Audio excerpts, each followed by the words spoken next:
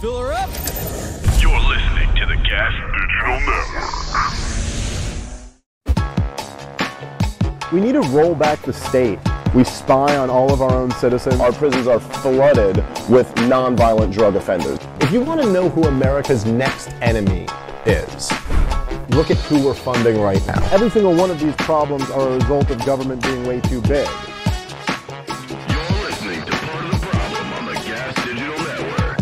Here's your host, Dave Smith. What's up, everybody? Welcome to a brand new episode of Part of the Problem. Very happy to be joined once again by Vivek Ramaswamy, who is, let's just say, for the rest of his life, whenever he goes to Iowa, he's not going to need GPS anymore. He's going to know his way around there. How are you, sir? Good to see you again.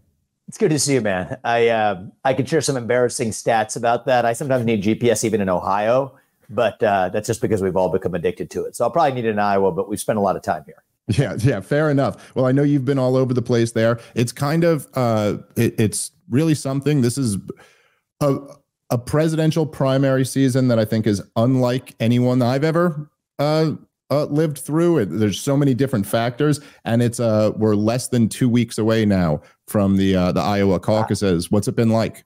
And just you say a presidential primary like you've never seen. I think we ain't seen nothing yet compared to what's coming in the next 6 months, I believe, in ways that, could be good and bad both. But anyway, put that to one side. It's been a heck of an experience from a personal perspective. The best part about this process is meeting actual people without screens or TV or media intermediation of it.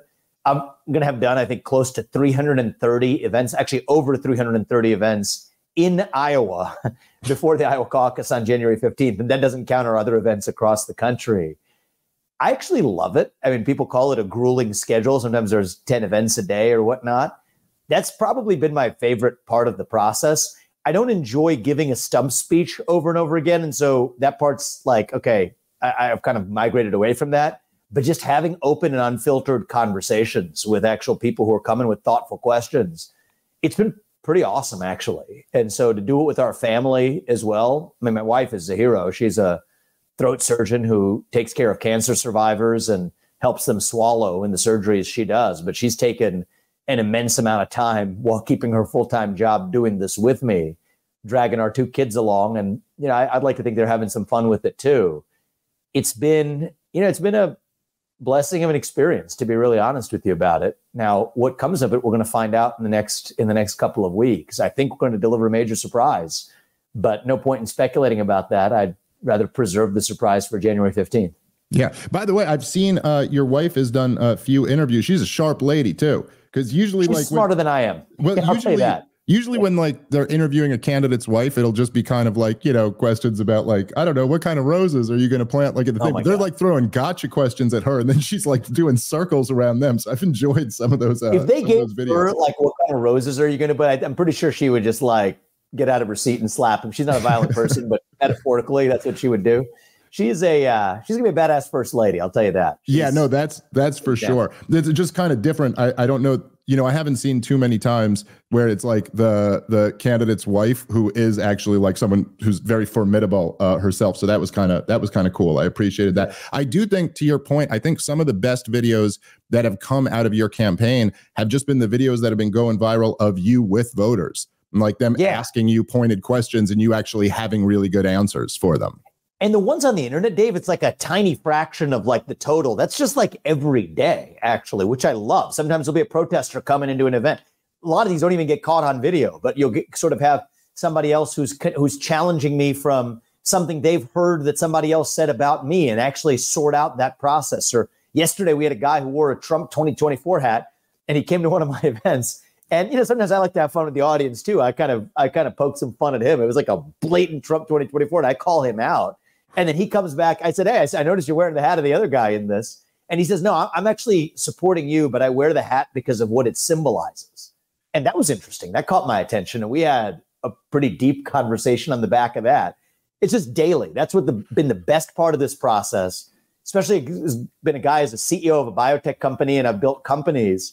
It's a totally different experience than actually having all of the filters taken off and having raw and open conversations with people who generally come to these events, they tend to be the people who are very thoughtful and care about the future direction of the country to take time out of a Saturday afternoon or a Tuesday evening to come show up to a 2-hour event and ask questions of a candidate. It's been a pretty good part of this process, and I'm enjoying it.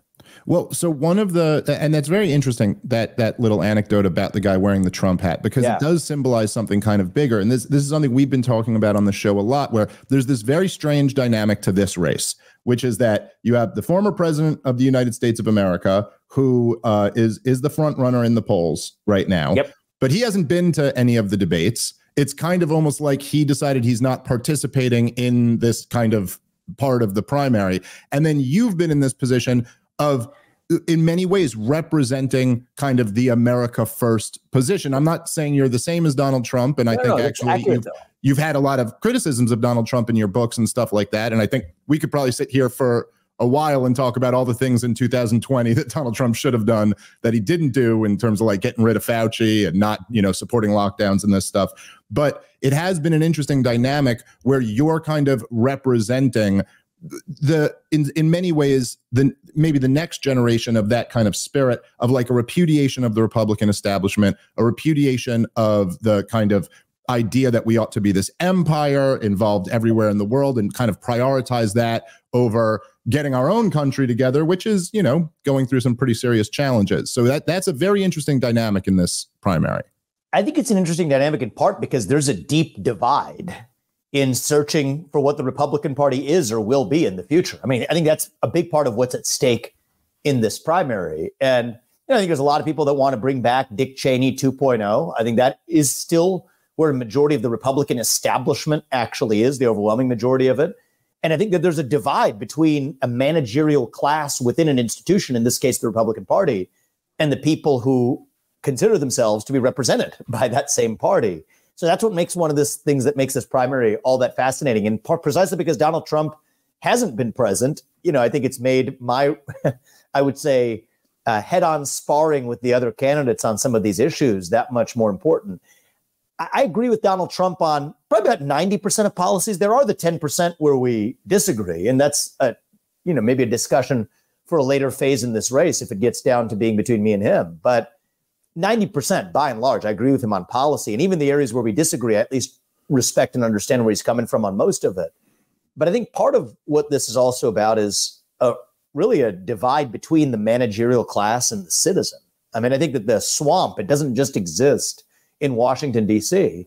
I think it's increasingly crystal clear to me the swamp exists within the Republican Party.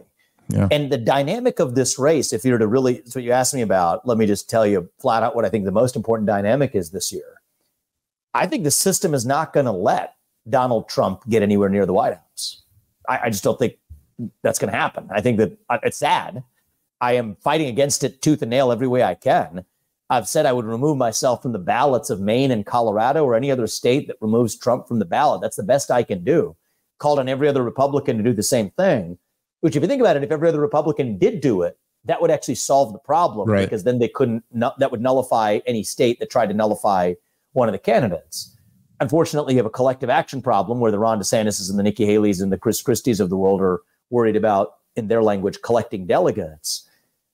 But that being said, I'm going to do everything I can to stand against this. I'm against these politicized prosecutions. I filed a freaking FOIA request against the Biden DOJ for what Biden told Jack Smith and what Merrick Garland told Jack Smith. I'm doing everything I can. But I think if we open our eyes and see the truth, if you think they're going to let this man, at this point, having opened your eyes to the last 9 months, and you still think they're going to let this man get anywhere near the White House, I'd encourage you to actually open your eyes. I think that this system, these people will stop at nothing. And increasingly, Dave, I'm convinced they will stop at nothing to keep this man away from the White House. They want to narrow this down to be a 2-horse race between basically Donald Trump and their chosen puppet. I have a view on who that is. And I used to think it was going to be Gavin Newsom or Michelle Obama. It's not. It's actually within our own party. Get Trump out of the way and then trot out Dick Cheney 2.0 in the White House. That's what these people want. You think it's Nikki Haley? I do. Actually. Yeah. Well, I think that she's actually it's a far more convenient puppet than either Biden or Newsom or anybody else from the left, because then the permanent state gets to actually shed its otherwise accusation of partisanship. They'll say, oh, no, this is not about partisanship. They support, there's these people, Larry Fink or Reid Hoffman, the people who are wanting to keep Trump off the ballot, the kings of the woke industrial complex. They say, no, we're not left-wingers. We're supporting a Republican. Well, it gives them the same air cover, the perfect air cover that they need. But actually, if you double click on it, Nikki Haley's a far better vessel for advancing their agendas than even Joe Biden. If you think about keeping the pro-war machine humming, Nikki Haley's far better bet for that than Joe Biden is. And Joe Biden's had been a pretty darn good bet so far, at least in Ukraine and elsewhere. But Nikki Haley's far better at that agenda if that's what your priority is. Same thing with respect to the censorship industrial complex in the name of national security. It's the Dick Cheney playbook all over again. Tie your social media accounts to your government-issued ID. Yeah, I think if people want the Dick Cheney 2.0 version of the Republican Party, keep in mind, that wasn't Joe Biden. That was the Republican Party in the post-9/11 era. If you want to bring that back, it's a much better vehicle. Nikki Haley offers you a much better vehicle. All you got to do is cut her family in on the rake a little bit, and she'll do whatever you need her to. That's actually what's going on, and it's hiding in plain sight. And one of the things that I think is frankly painful for me to watch is much of our Republican base fall for that trick in plain sight. Don't be duped by it. I think many people will say, okay, well, if I'm 90% aligned with Trump and I respect Donald Trump's contributions to this country, as I do, I've been more vocal about that than any other candidate in this race, then why don't you drop out and support him? Open your eyes, people. They are selling us the rope today that they will use to hang us tomorrow.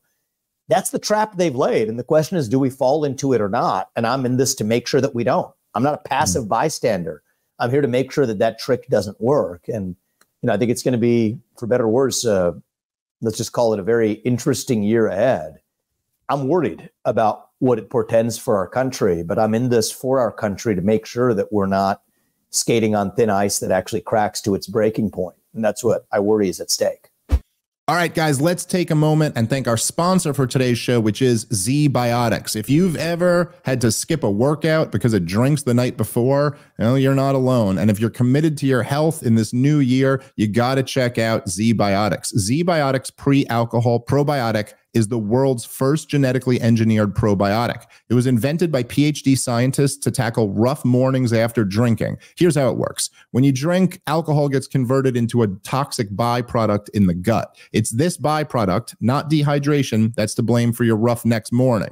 ZBiotic produces enzymes to break this byproduct down. It's designed to work like your liver, but in your gut where you need it most. Just remember to drink ZBiotics before drinking alcohol, drink responsibly, and get a good night's sleep to feel your absolute best tomorrow. Give ZBiotics a try for yourself. Go to zbiotics.com/POTP. That'll get you 15% off your first order when you use the promo code POTP at checkout. ZBiotics is backed with a 100% money-back guarantee, so if you're unsatisfied for any reason, they'll refund your money, no questions asked. zbiotics.com/POTP, promo code POTP at checkout for 15% off your first order. All right, let's get back into the show. One of the things, there's like the QAnon conspiracy stuff online, which the corporate media loves to use to hit every Republican. Oh, you're another QAnon supporter. But if you've ever actually seen, they're a small group. They have some wild conspiracies. The thing that pisses me off about them the most is not that, like, whatever, if you believe in some conspiracy, whatever, it's not as bad as the corporate press's conspiracies. The media is Russian,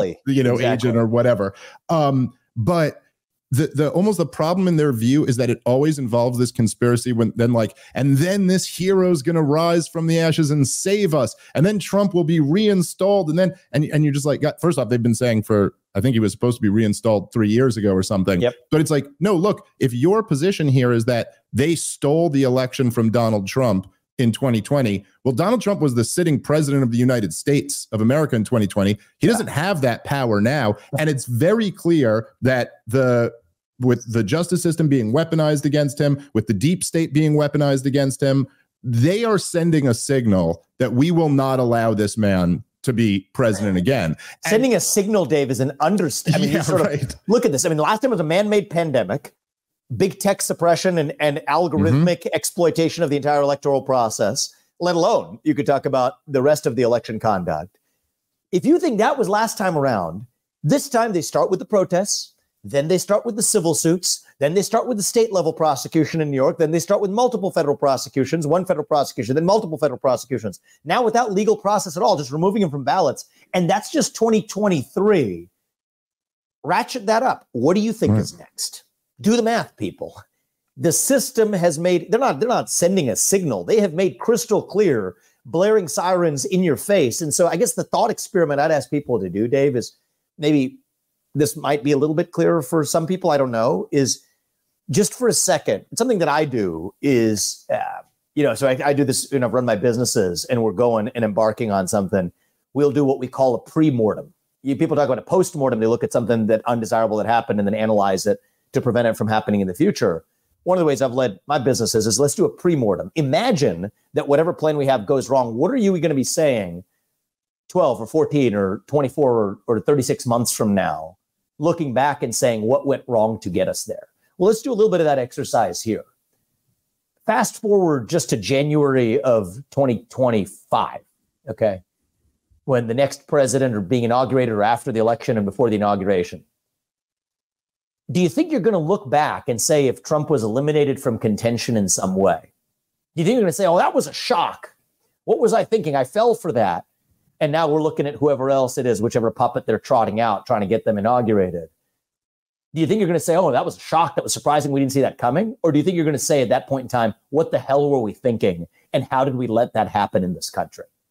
I think that you will look back and be saying the latter. Well, let's not do that. Let's opt for a path that allows us to take our America First movement to the next level. And in some of the ways, if you look at the differences between Donald Trump and myself, I respect the hell out of Trump's contributions to this country. I want to take them further in many of the cases.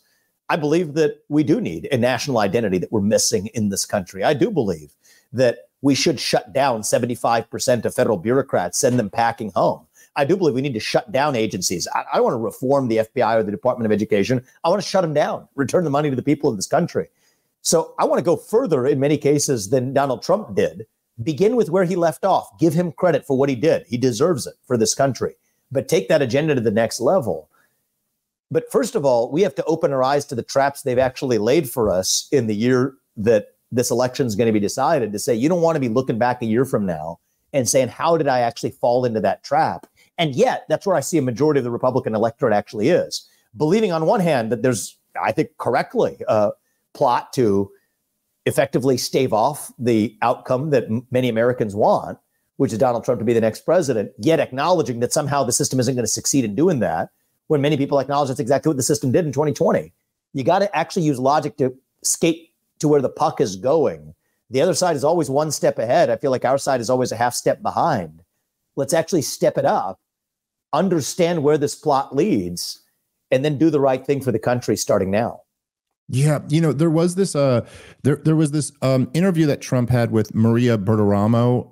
This is several months back, but I thought it was a really interesting one of Donald Trump's most interesting interviews. I'm not sure if you saw this, but so she basically said to him at one point, she was like, "Well, look, you said you were going to drain the swamp, and we got to admit the swamp isn't drained, right? There's still a swamp in Washington, D.C.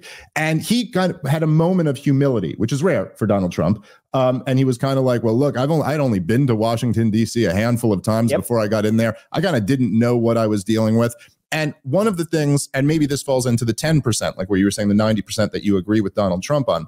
But I think one of the things that really, my favorite thing about your campaign is kind of the comment you just alluded to there when you talk about cutting 75% of bureaucrats, these kind of like drastic cuts in the managerial state in government spending. And I think obviously I'm a little biased here because I'm a hardcore libertarian, but I do think that one of the elements that was always missing from the America First movement was tying like this concept of drain the swamp to like, well, what would that actually look like? Yeah. What would you actually need to do to drain the swamp? And I know that Nikki Haley will on occasion say, I'm for small government, the way every Republican ever has said. But there's a difference between just every Republican ever who says, I'm for small government, and then always increases the size and scope of government. And actually or doesn't understand it. Right. And actually saying, no, listen, this is what it is.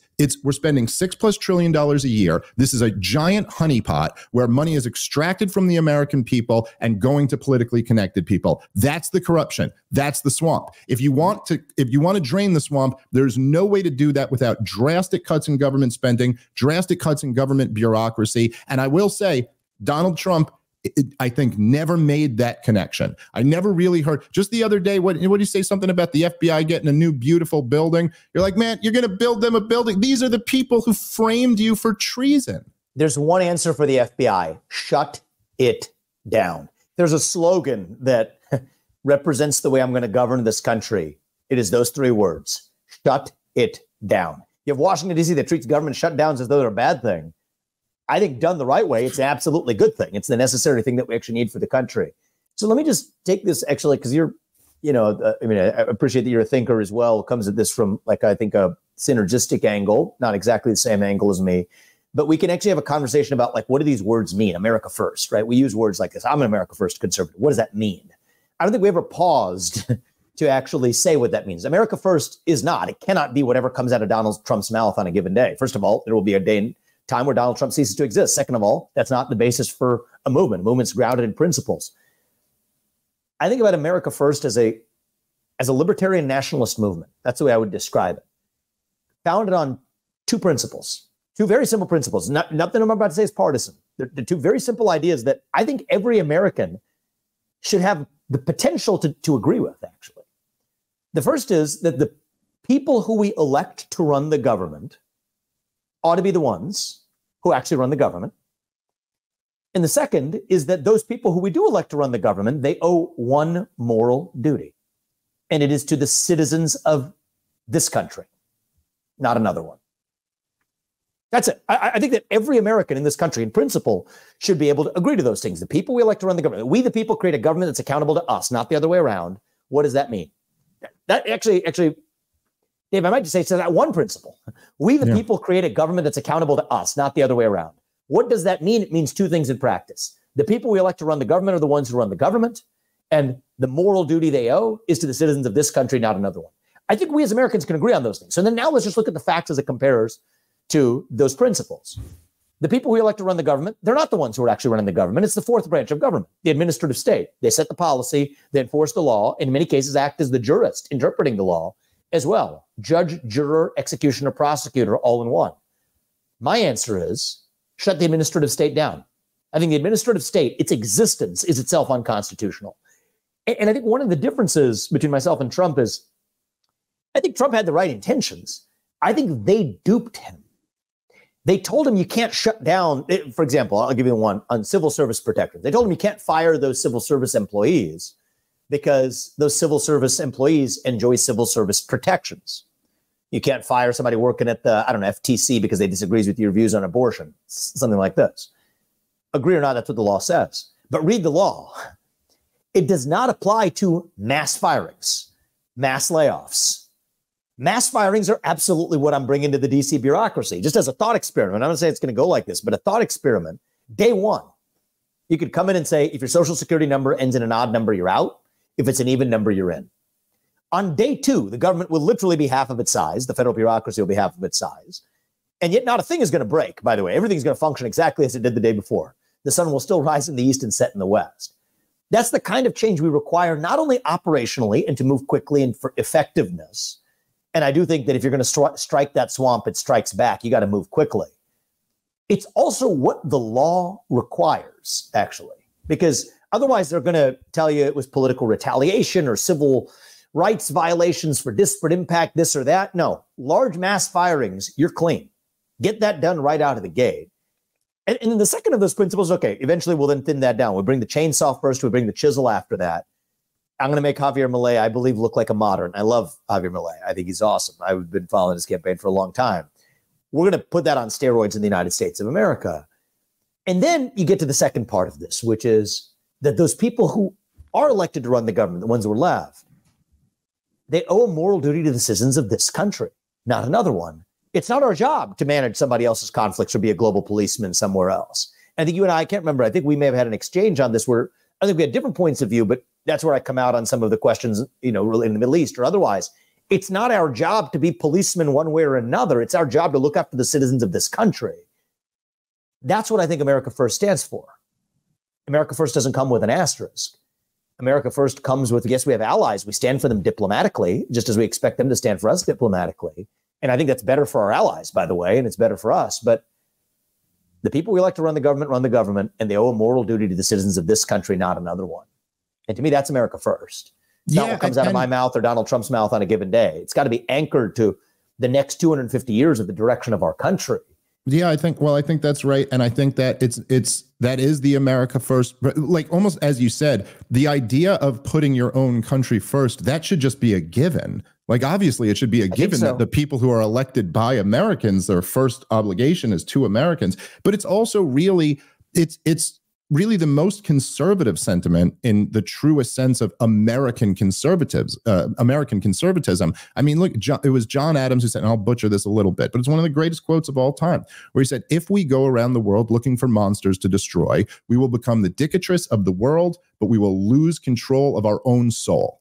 And we go not in search of monsters to destroy. I think it was John Quincy Adams, actually, who said that. Oh, yes. Okay, my mistake. You're right. Yes, this was. This was. Okay. He was Secretary of State, and but you're totally right. We go not in search of monsters to destroy, and exactly right. And look at the state of the country. I mean, look, it's not a coincidence that, look, during the Vietnam War is when you see the Cultural Revolution. Over the last 20 years of terror wars, look at what woke progressivism has become in this country. And I think part of this kind of America First versus the establishment neoconservatism is this attempt for the right half of America to kind of figure out where we go from here. And if you want to go the Nikki Haley direction, but these things are very related. If you want to go the Nikki Haley direction, you're also not going to get this culture like reined in. You're also not going to restore kind of like the American, and I'm not even saying we have to restore some type of like 1950s, like you were just talking about your wife's a surgeon. Like, I'm not saying like women should be pregnant and barefoot in the kitchen or something like that. I'm saying that we have to restore some type of sanity where like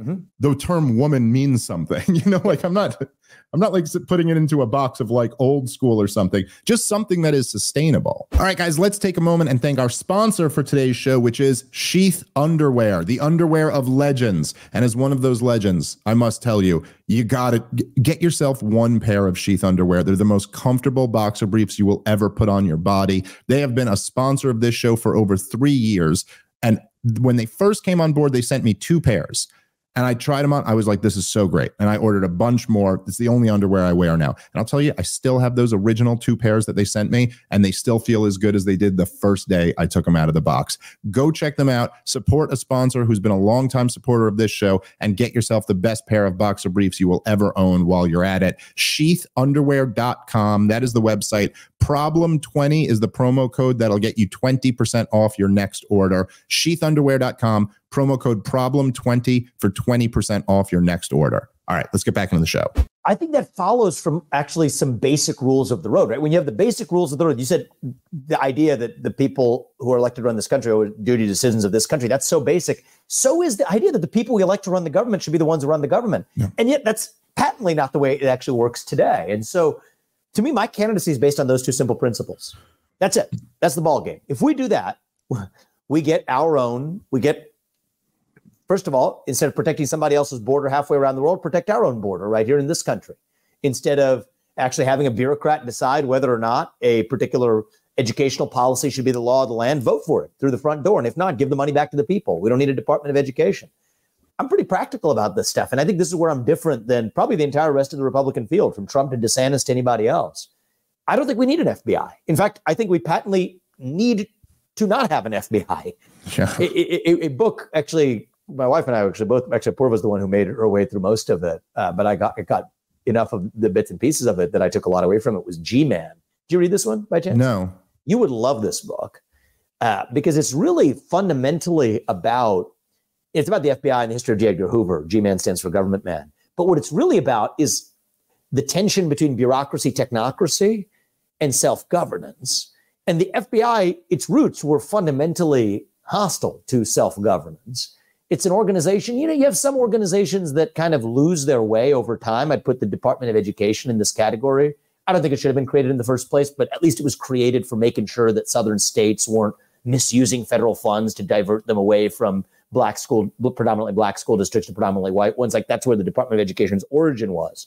And then it lost its way into these toxic racial and gender ideologies that it's foisting onto our local schools, using our money to do it. But put that to one side. The FBI, it's been rotten since its inception, and it was designed to actually be rotten to its core. And so what you see today isn't any surprise. It isn't a deviation from the purpose of the institution. It's actually an instantiation of the purpose of the institution. You cannot reform it. Forget about building the new building. Of course, that's a waste of time itself. You have to shut it down. Can't be, DeSantis will, in a practiced way, and I love the way these people get trained, okay, got to be tough on the FBI, check box. That is what the Republican base is telling us. So look into the camera with various levels of performative vigor and say, fire Christopher Wray, and then pause. It's one of these things these politicians do is that you do that, and then there'll be the awkward 1 second where the audience doesn't know what they're supposed to do, and then it's a full beat, and then you realize, the audience realized I'm supposed to applaud, and you'll get some scattered applause to it. That's what that looks like. Fire Christopher Wray, pause, and then, I'm supposed to applaud, and some people applaud. That doesn't do anything, right? You fire Christopher Wray, you get James Comey 2.0. You're missing the point. It's a rotten institution. That's what actually you have to understand. You have to gut the Leviathan at its core. And, maybe some political person told me the other day not to use that word because people don't know what I'm talking about. But whatever it is, it's the bureaucracy that actually we have to gut at its core. Shut it down is the answer. Now, is this impractical? No, it's deeply practical. There's 35,000 employees at the FBI. 20,000 of them are back office bureaucrats. Send them packing. Day one, gone. Bye-bye. Find honest work. We're done with this. J. Edgar Hoover, finally, may we actually put the nail in that coffin. Now, for the 15,000 cops on the front lines, okay, well, at least as a next step, move them to the Financial Crimes Enforcement Network at the U.S. Treasury or to the U.S. Marshals, which actually hasn't been politicized. That's a law enforcement apparatus that actually enforces the law rather than making it up. At least to date, it's been much better at that and going after child sex trafficking or rings or otherwise more effectively than the FBI.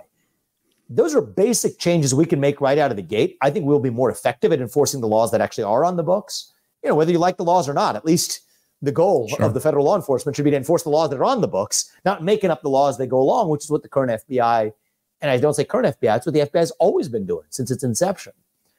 And so I think it takes anyway a president who understands that. And I can't remember, Dave, have you started business? Are you an entrepreneur type of person or? I technically run an S Corp technically. Yeah. Right. Okay. Fair enough. So, you've hired people is my point. Yes. That different people have different skills. Mm-hmm. And I think one of the things that's happening right now, people forget this, running for president is a job interview with the American people. In hiring a president, one of the things to look for is, does the person have the skills needed to do the job? I think if reframing as a job interview, I think is productive. I certainly find it productive because it, you have a lot of cameras and stuff following you around, and you can think of yourself as very important at times in the process. You're interviewing for a job, and do you have the qualifications to serve the people who you report to? Now, sometimes people forget who they report to because you're spending most of your time with mega donors, calling them, licking their boots, begging for money. You might start to think that they're your boss. I think most politicians do. Well, if you just forget that and say, okay, roomfuls of 30 people in a pizza ranch in Iowa, okay, these are my bosses. Not the big events, like the small event, 30 people in a pizza ranch. Yes, these are my bosses, and I'm interviewing for a job with them. What are the qualifications that I need to say that I have that this country needs? I think it's two things, and they don't go together, which is what makes this tricky right now. One is you need a president who's actually going to have the muscle, the brawn to break things when necessary, coming in from the outside, somebody who isn't going to play by the rules of Washington, D.C. and the traditional norms. And, I bring that, Trump brings that, and so there's that. But it also takes an outsider who knows and deeply understands the law and the Constitution in this country. And just as somebody who's hired people, you'd put yourself in that shoes too. Those two skills aren't the kinds that usually go together, right? You might need, an academic, nerdy law type over here, and then you get the business guy, the entrepreneur, the doer, the man of action over here. Those two things don't usually go together, right? Like they do in a figure like Thomas Jefferson, perhaps, but we haven't had a Thomas Jefferson in a long time in this country. And I think that that's, if you really believe we live in a 1776 moment, by definition, what this country is missing is that type of figure. And so I'm not going to chalk myself up to that. Thomas Jefferson leaves too big of shoes for any of us to fill. But I think we need somebody in this country to lead us forward who can bring both of those elements. And I'm not even talking policy here. I'm talking about cultural and personal attributes. I mean, Thomas Jefferson, I'm sitting in a swivel chair right now. Thomas Jefferson invented this, actually. He invented the swivel chair while writing the Declaration. And Benjamin Franklin, he invented the Franklin stove. He invented the bifocal spectacle. He worked on a remedy to the common cold. He was a co-signer of the Declaration of Independence. One of the lightning rods of a home was actually a prototype invented by Benjamin Franklin. Got one of the other co-signers, Robert Livingston, while he's ambassador to France as a side project, is actually a guy who invented one of the key components of the steamship. There was something in the water back then, right? We don't do that anymore in this country. We'd say, you're not an expert. You don't have a degree in that. Shut up, sit down, do as you're told. And, the political people stay in that lane, and the people who are able to be legal scholars are over here. And then there's the doers who are business builders in their own lane. And I think there's some, something to be said for specialization. But when it comes to the next president, I think we need somebody who revives that founding spirit. I think that's what Thomas Jefferson or the likes of him would say if they were alive today. Yeah, no, I really agree. And I think what you're getting at is that, and it's not that we don't have impressive people in our society. I mean, we certainly do. And there's people like Elon Musk, who's, however you feel about him, a very impressive person. Yep. And there's lots, the issue is that we don't have those impressive people in politics, and we're very few of them. Very few, I would say, yeah. And it's like so many of them get sucked into like Wall Street and get sucked into different business stuff, which fine. But it is, there's one of these, this is one of my favorite moments of the campaign so far. And by the way, I bring up this video that I've played on the show before from this guy, Liam, who works over at the Gray Zone. And he did this thing where he was doing kind of like guerrilla journalism, like asking congressmen questions. And the question he kept asking them was about, because they were all for funding the war in Gaza or funding Israel. And he goes, how do you feel about Netanyahu's strategy of propping up Hamas over all of these years? And every one of them, like Dan Crenshaw and a bunch of the other ones are there. Every one of them to a T are like, I haven't seen that report. And it's very interesting because they keep saying that report. Like, in other words, they're just living off, I don't know, someone gave me intelligence and they haven't handed me this.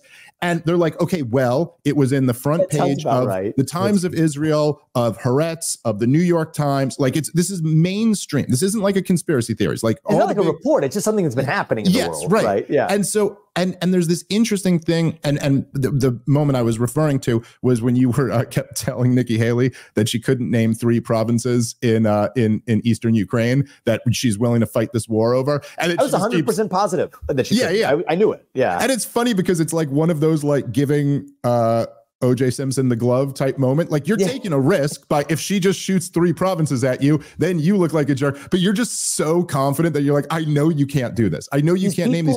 And then look, intellectual frauds. Well, and then her comments on the Civil War the other day, like the media was trying to make it out like the scandal there was that she didn't mention slavery, but the scandal there was that she says no idea. And you realize that like these people, their job is not to read books and know what's going on in the world. Their job is to meet with donors and to do these like events. Like, it's just they're operating in a different space. They're literally. I mean, it's almost as I don't know if they came this way or they were packaged this way or the politics drains it out of them.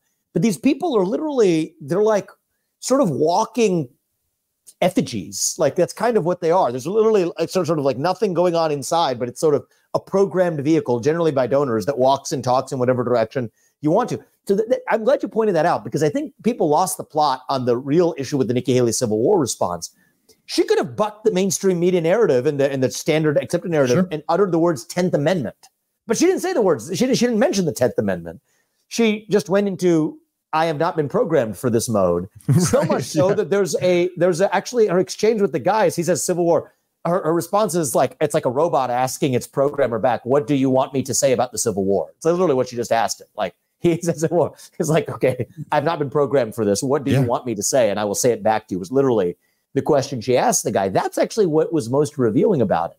You could be one of the people who say the Civil War was fought exclusively over slavery. You could say slavery was the precipitating match that was lit, but it was the catalyst for an underlying set of causes that were more complex and dated back decades. from the Northern tariffs in 1832 that almost caused South Carolina to secede from the Union, her home state, for God's sakes. None of that. Really? And to say it was about the 10th Amendment, none of that.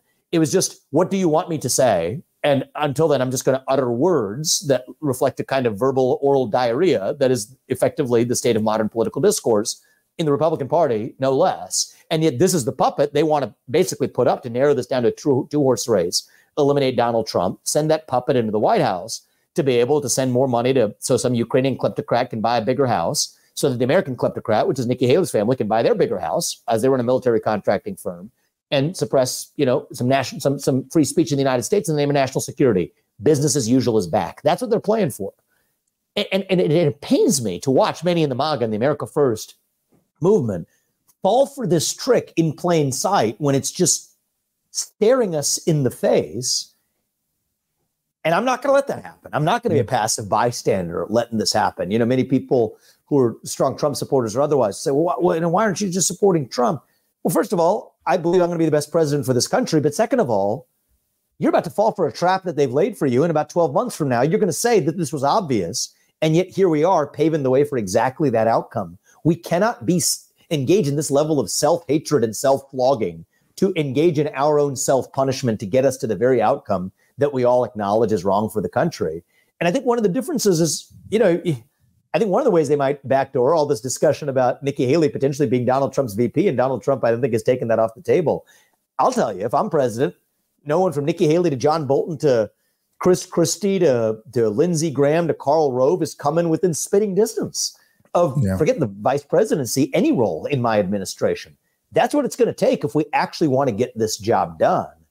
And so anyway. I think you're right. And I do think that, look, I think Donald Trump bears a large amount of responsibility for the dynamic you're talking about, that if there are people in the MAGA movement who are like fooled by Nikki Haley, well, may part of that be that Donald Trump appointed her and pointed at her and said, this lady is great and she represents out, you know what I mean? And so, and I'm not one of these people, I think, Dave, I don't sit here and Monday morning quarterback Donald Trump, because I think that's such an easy thing to do. That I do. DeSantis is of the I do world, quite a bit of it. Yeah, but that's your job to do. But as somebody who's running against him as a Ron DeSantis, which he's now found this to be a fashionable thing he's trying for something, the next Hail Mary that he's throwing. I think it's sort of a lazy thing to do versus saying that, if Ron DeSantis were in Donald Trump's position, he would have made those mistakes and then some. Okay. And countless more, whoever else, right? Chris Christie, fill in the blank. But what I'm saying is, let's acknowledge what we did and what we didn't do. And then how do we take this movement to the next level? And I do think that a good learning would be to say that someone like Nikki Haley should come nowhere near my administration again, that someone like John Bolton would never come near my administration again. Well, that's what I'm saying.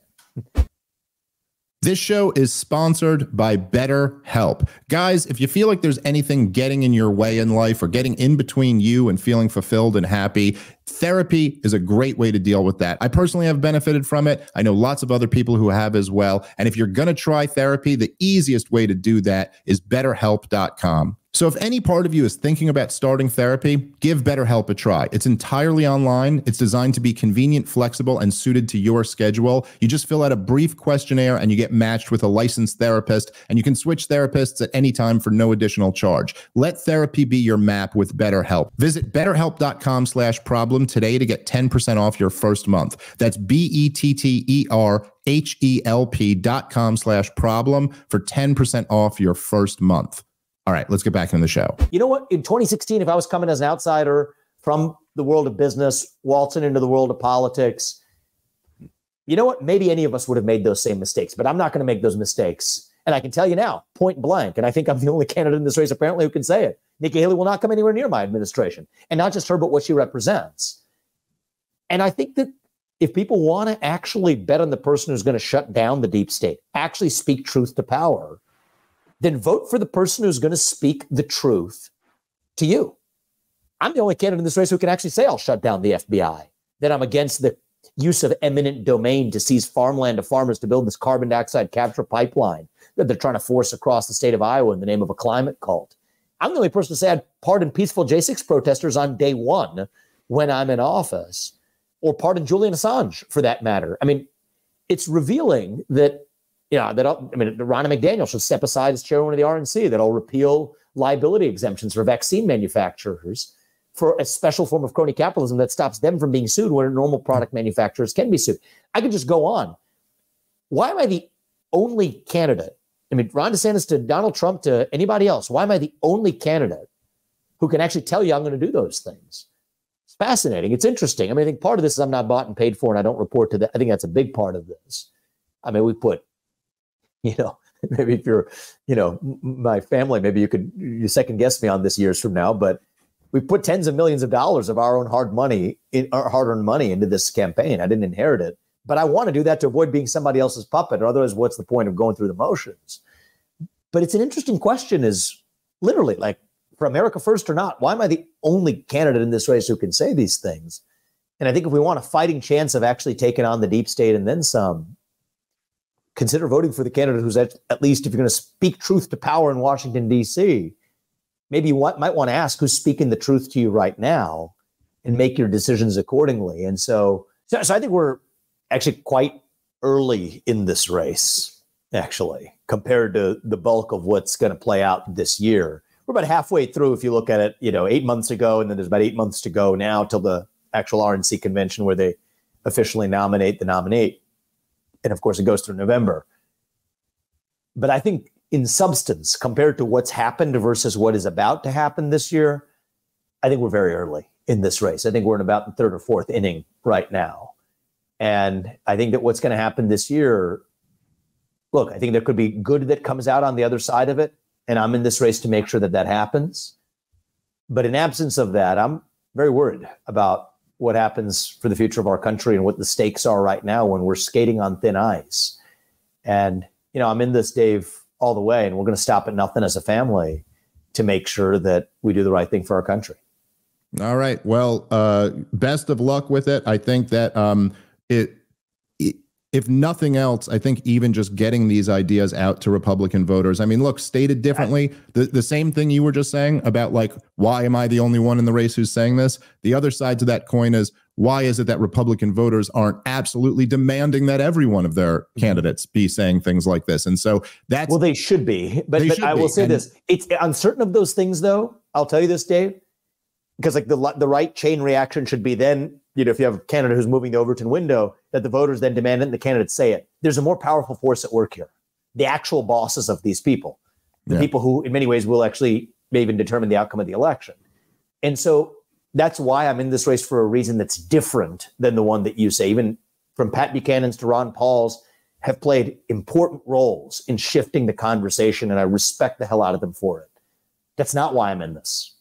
I'm in this to serve as the next president. If I want to do that, I can keep writing books. I've written books in the last several years. That's not what I'm doing here. I think there are some major seismic shocks that are coming this year.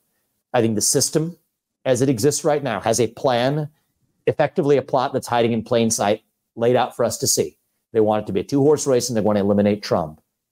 It's up to us to make sure that we don't go according to their plan. Don't fall for their trap. And I think that I'm here to take our movement to the next level.